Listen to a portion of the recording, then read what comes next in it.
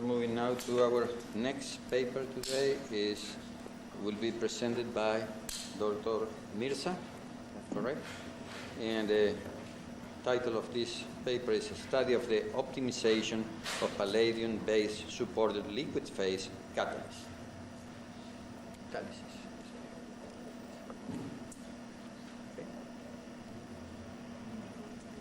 It was here. Yeah, where is there? He's coming. Okay. Here we are. Ah, you have the. Turn off the other.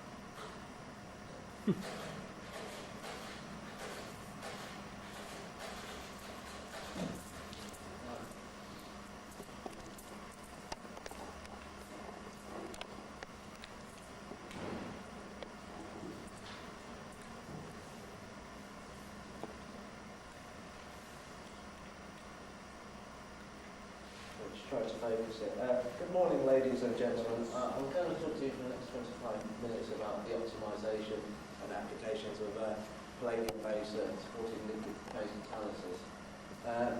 I'm going to start, first of all, by covering a bit of the background behind this work. The synthesis of a wide variety of fine chemicals and pharmaceuticals is carried out using platinum and palladium-based homogeneous systems. However, homogeneous systems often demand expensive separation of the product from the catalyst from the desired product. This is particularly necessary and often required by legislation for compounds to be used in drug fabrication or destined for human consumption. Efforts have been made to immobilise homogeneous catalysts upon suitable inert supports. The aim being is to maintain the activity and selectivity of a homogeneous system whilst avoiding the leaching of the catalyst into the reaction, into the product. Techniques that have been used include distillation of the product from the reaction medium using semi-permeable membranes, functionalized organic polymers, and inorganic support. However, generally these systems all lack the activity and selectivity of their homogeneous counterparts at low temperatures. An alternative technique is to include a non-miscible solvent. One such approach is supported aqueous phase catalysis, described by Mark Davis and demonstrated for use in the hydroformylation of higher alkenes. The system is based on an organometallic catalyst complex, which is dissolved in a hydrophilic film, supported upon a high surface area porous glass beads. The concept behind this is that the actual reaction occurs at the interface between the hydrophilic phase and a bulk hydrophobic phase, which contains the substrate. The high surface area afforded by the glass beads maintains the activity that we would see in a homogeneous system.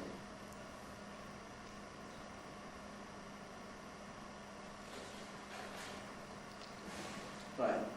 Here I will describe the preparation and use of a supported aqueous phase system of catalysis and the efforts that we have made to optimise and expand upon its use for palladium-based catalysis. First of all, we required a convenient procedure to produce our supporting catalyst. We found that ethylene glycol had to be, water had to be substituted because it had a detrimental effect upon our palladium phosphine complex. So So we used ethylene glycol instead. The procedure developed involved prior complexation of the palladium chloride with sulfonated phosphine before the addition of a silica support. Then thorough freeze drying before coating of the beads from ethylene glycol dosed into the bulk solvent. So the actual ethylene glycol itself was dosed in the bulk solvent, and we had thorough stirring prior to reaction. We then applied our supported palladium phosphine complex to a common organic reaction.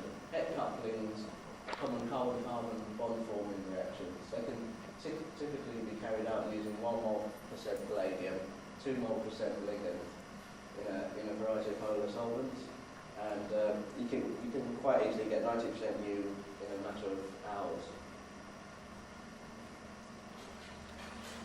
First of all, what we did, we used a variety of sulfonated triphenylphosphine to determine whether the hydrophilicity of the actual ligand itself could be used as a tool to manipulate the efficiency of the catalyst.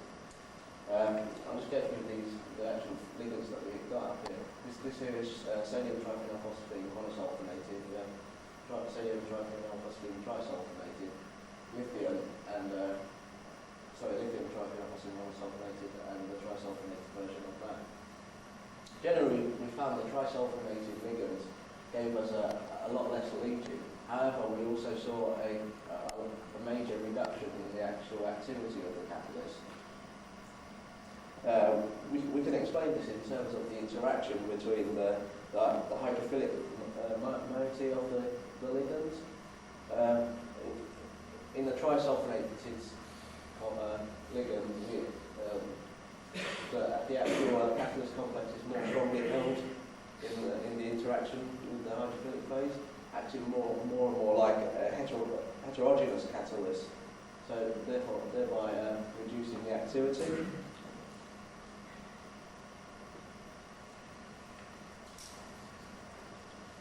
Also, the lithium analogues of these compounds we found were less soluble in our hydrophilic phase.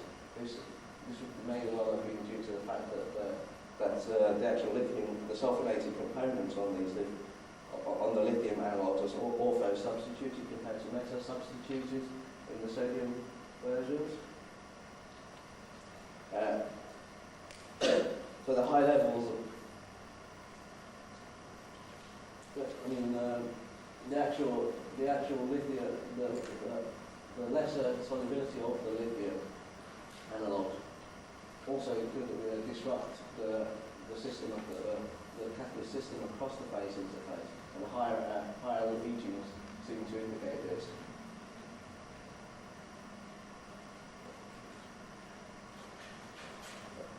We then sought optimum loading of the catalyst onto the support.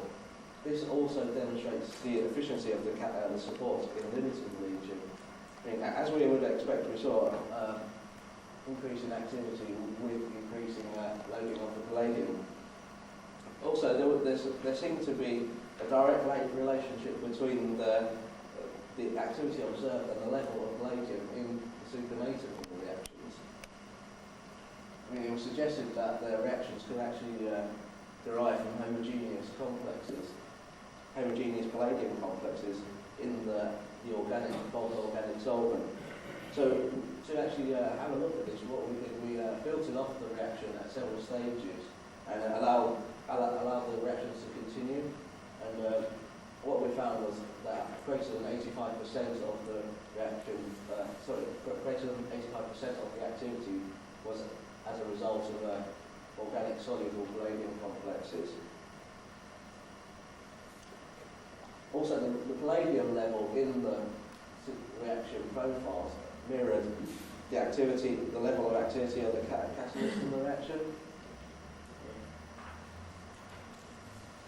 This also suggests that the reaction is predominantly homogeneous. However, there was uptake of palladium in all reactions, and so it's demonstrating that the system is still potentially very useful. Also, the fresh substrate after the reaction was not seem to be active to, the catalyst after the reaction, filtered catalyst, was not seen to be active to fresh substrate as has been reported by previous groups.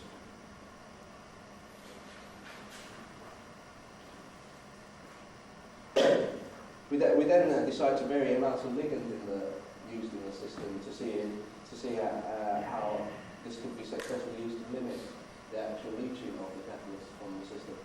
At 6.5 mole equivalents of ligand to palladium, we found that we eliminated with palladium leaching after reaction, still managed to maintain a high activity. At 9.7 mole equivalents, we saw a decrease in activity, although there was no palladium leaching in the system. The results like this would be quite useful to know for an industrial scale process. We then carried out a study to see how viable the system would be for recycling. After each reaction, what we did was to rinse the catalyst with bulk organic solvent and then recharge the reactor with fresh substrate. We saw a decrease in the actual activity of the supporting catalyst with each reaction. Also, there appeared to be a decrease in the level of palladium leaching from the system. This sort of suggested to us that we were losing palladium from our support, but we saw no palladium present in the organic rinse prior to reaction, and also in the actual supernatant after reaction. So I mean, it can't have got it can't have lost significant amounts. What we did find was, using phosphorus NMR, was that we had a high level of phosphine oxide present in our catalyst, suggesting that the catalyst has been deactivated somehow in the system.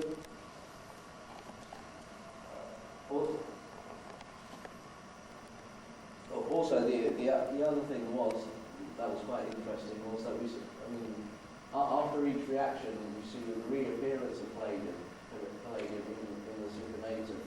This was quite surprising. I mean, what we suggested was that the actual palladium is reappearing because of the formation of adducts with the substrate, with each recharging in subsequent reactions. After reactions, the palladium is taken up again as the substrate is consumed. And that was quite an interesting result.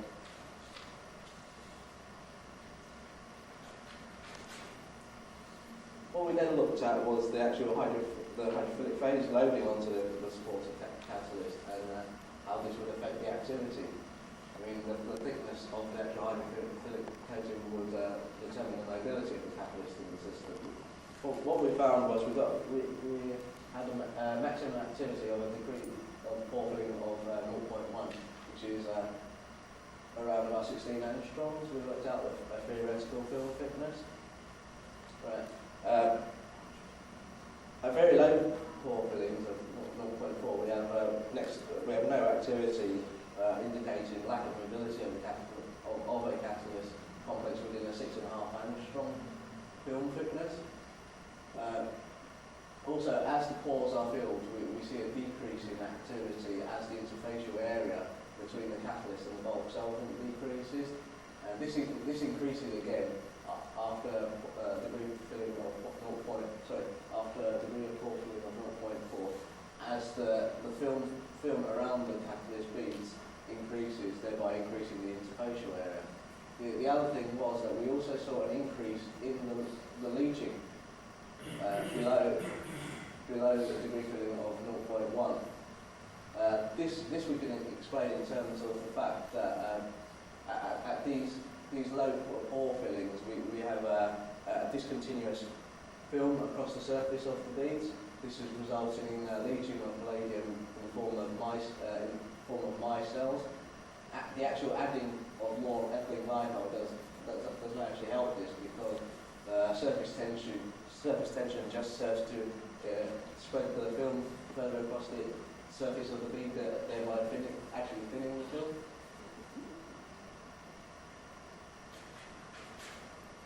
Okay, I'm just going to give a brief summary of the optimisation of versions.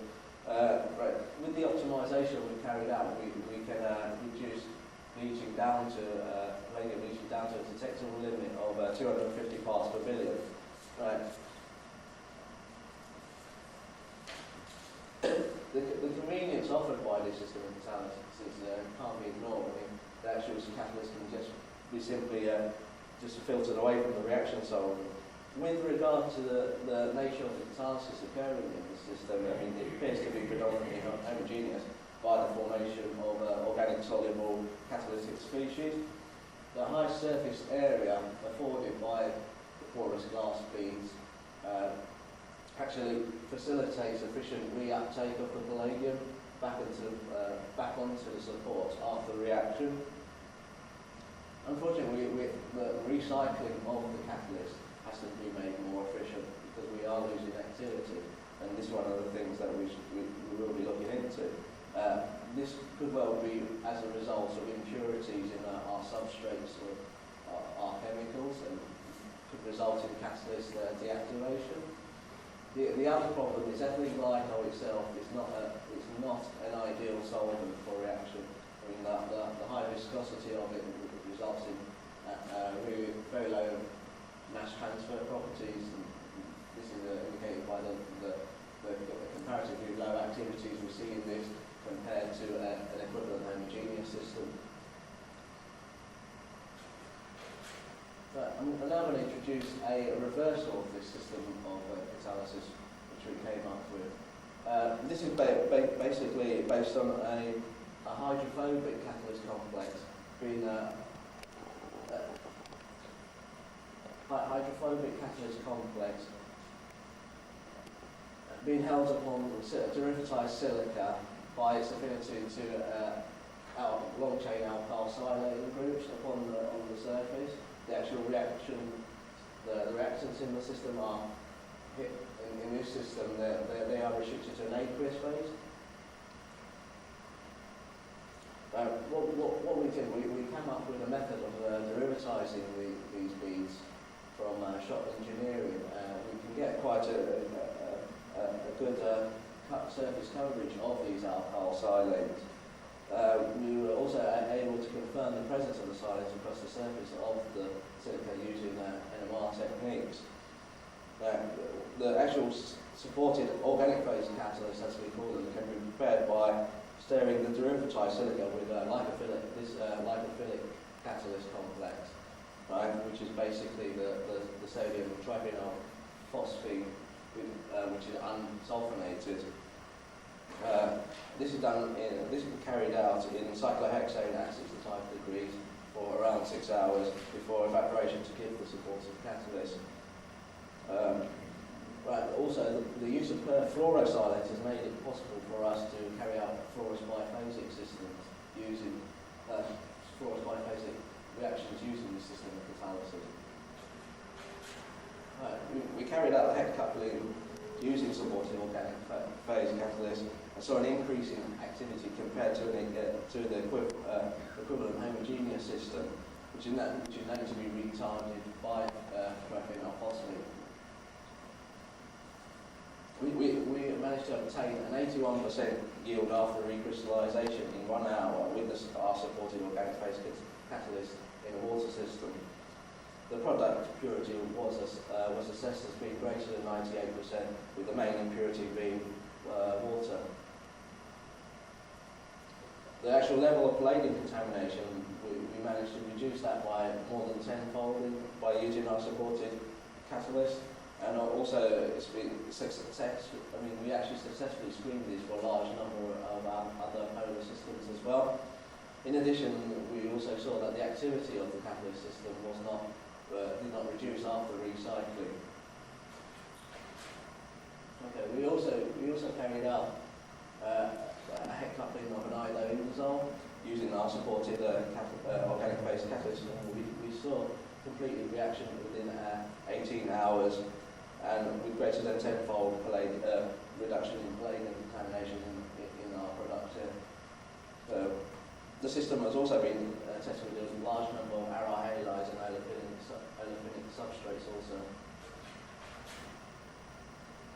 Okay, in the asymmetric transfer hydrogenation of aryl ketones, we eliminated leaching down to detectable levels using supported aqueous phase and supported organic phase system. In the supported aqueous phase system, what we had was a ruthenium chloride monosulfonated triphenyl phosphine oxazolene complex. Right? So far we've managed to achieve EE's natriuretic excess of 60% within 6 hours with conversions of greater than 98%. This still needs, work within the group will continue to optimise on these conditions. But we also saw a tenfold reduction in palladium contamination in this product. Okay, we also carried out palladium catalyzed allylic substitutions with our supported organic phase catalyst using an oxazolene allyl palladium dimer complex. We saw a significant reduction in the leaching carried out the reaction in a variety of polar solvents. Yields for the reaction were in excess of 85%, and we got the natriuretic excesses of 98%. In the most efficient system, we carried out this in a number of polar systems. The most efficient being was in DMSO, where we saw a reduction from 300 parts per million of palladium in the supernatant down to 5 parts per million with our supported organic phase catalyst. So currently, to finish off, we are applying the supported organic phase system to reactions using 4-bromoindole towards the synthesis of canaclavin-1. This is just an example of the practical application of this catalyst system in the synthesis of a natural product. Okay, I'd just like to finish off by thanking a few people. Jonathan Williams, Klaus Elgart and Mike Hansen in their supervisory roles, Matthew Lees and Dave Thompson, who both worked as postdocs on these projects, and Louise Tonks, who's been carrying out the organic synthesis side of the project.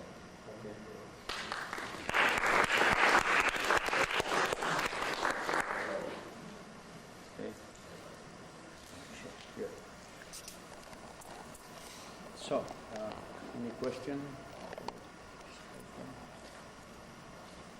Okay, Dan. I have to apologize, but I think that I didn't understand the two things of what you presented. In those slides in which you have the level of palladium in red and in blue, was that what the level of palladium in your catalytic system, on your support, or? That's right. This was on the bulk solvent. In the bulk solvent surrounding the catalyst, right? The red bars were indicating a prior to reaction, and the one next to the blue bar was after reaction. We were comparing the two levels of palladium in the system. So that was the supernatant over That's right, yeah. your catalyst. Not the film, but the actual bulk solvent. And yeah, therefore, which was the catalyst for your reactions, the one supported or the one in solution? Sorry? Now, you said that, now from what you said and what you see, now I understand that you had made the catalyst which is supported on some solid, and you treated with a solution of a reactant. That's right. And in that solution, you also had catalyst. Right. This is the support, the reverse phase one are you on about, yeah? About a series of slides in which you have three quantities plotted. Red rectangle. All right. Okay. Right. Well, what we were suggesting. And whatever open rectangle which was palladium after, and then it was red. Right. And I'm trying to make sure that I understand what those things. Right. Well, what we were suggesting was the actual palladium was for going into the supernatant during the reaction. Sorry, I understand. I meant what were those? Were those things measured or suggested?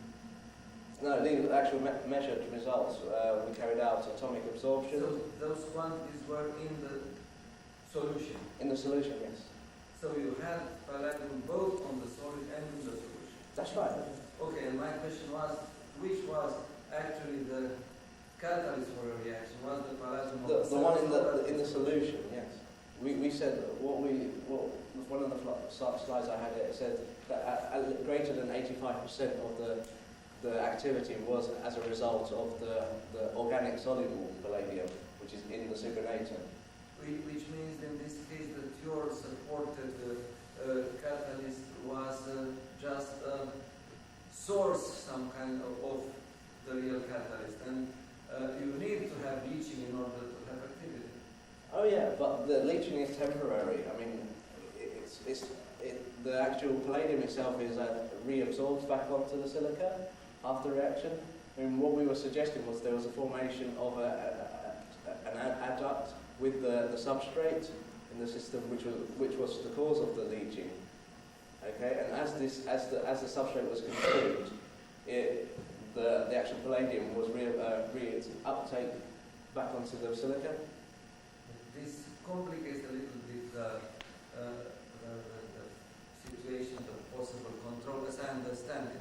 I'm sorry I asked so much because I didn't understand everything. It complicates the things because it's hard to control in advance, to know in advance what activity you will have, because I didn't seem to understand that you control in any way this amount of leaching. And as I saw in some slides, the activity went somehow up and down in ways which I couldn't relate to some purposeful. Well, we did suggest that the actual activity in the reaction, the profile of that was mirrored in the level of palladium, also in the solution. But you don't know, you cannot design in advance that you have that much in solution, from what I understood. So you make your catalyst, you put it in there, and then you measure how much you have in solution, and then you measure what's the rate, but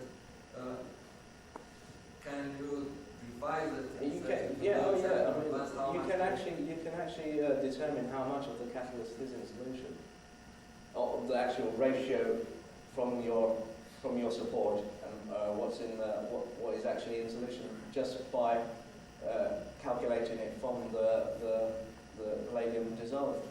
And then we've got. I mean, that's post factor. That's post factor. That's afterwards. Not before, when you make the catalyst, you will know that you will have exactly that much in solution. Okay. Any other question? Yes, Kurt. Similar question, I guess. The rate constant you use, did you normalize the palladium in any phase? We had a control. We had control experiments going at the same time, actually, and the problem was, I mean, as I said in the conclusions, with our supported catalyst, the first supported catalyst, we had a markedly less activity than an equivalent homogeneous system. That's one of the things that we'll still have to sort out because of the actual ethylene glycol solvent system that we're carrying out reactions out in. In the coating. Show rate constant per unit minute, per minute, whatever it was. Was there any normalization, or what was normalized out of that? Because you could, let's program a catalyst, program a palladium, because your plots in the beginning where you increase the level of palladium, if it weren't normalized per unit palladium solution, then the curve behaves totally differently because you covered over a back order of magnitude concentration of palladium in that system.